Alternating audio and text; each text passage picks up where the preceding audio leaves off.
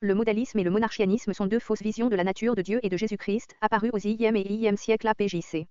Le modalisme définit Dieu comme une seule personne au lieu de trois et affirme que le Père, le Fils et le Saint-Esprit ne sont que différents modes ou formes de la même personne divine.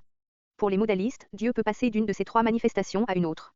Le monarchianisme croit que Dieu est un, le terme latin monarchia signifie pouvoir unique, au point de nier sa nature trinitaire. Le modalisme et le monarchianisme adhèrent tous deux à la doctrine du patripassianisme, qui affirme que le Père a souffert sur la croix avec, ou dans, le Fils.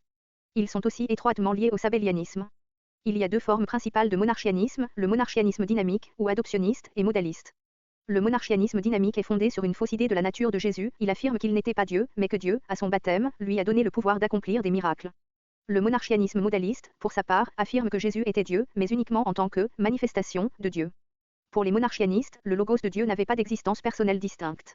Le monarchianisme affirme que les termes bibliques Père, Fils et Saint-Esprit ne sont que des noms différents de la même personne. Le monarchianisme modaliste affirme que l'unité de Dieu est incompatible avec la distinction des personnes divines. Les modalistes croient que Dieu s'est manifesté à la fois comme le Père, essentiellement dans l'Ancien Testament, le Fils, essentiellement de la conception à l'ascension de Jésus, et le Saint-Esprit, essentiellement après l'ascension de Jésus au ciel. Le monarchianisme puise ses racines dans le faux enseignement de Noé de Smyrne, vers 190 APJC, qui se considérait lui-même comme Moïse et son frère comme Aaron, affirmant que si Jésus était Dieu, il devait être identique au Père.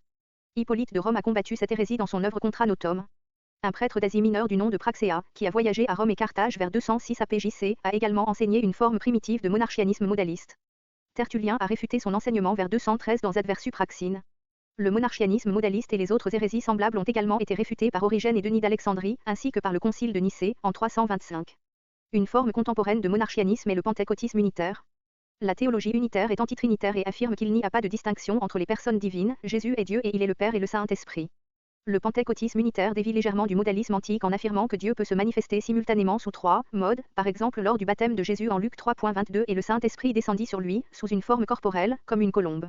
Une voix retentit alors du ciel, tu es mon fils bien-aimé, tu fais toute ma joie. La Bible dit que Dieu est un Deutéronome 6.4. Écoute, Israël, l'Éternel est notre Dieu, l'Éternel seul mais en trois personnes, le Père, le Fils et le Saint-Esprit. Matthieu 28.19. Allez donc dans le monde entier, faites des disciples parmi tous les peuples, baptisez-les au nom du Père, du Fils et du Saint-Esprit. De vérités sont impossibles à harmoniser pour l'esprit humain. Nous échouerons toujours à comprendre pleinement ce mystère. La Bible dit cependant clairement que Dieu existe en trois personnes coéternelles et coégales. Jésus priait son Père. Luc 22.42. Ô Père, si tu le veux, écarte de moi cette coupe.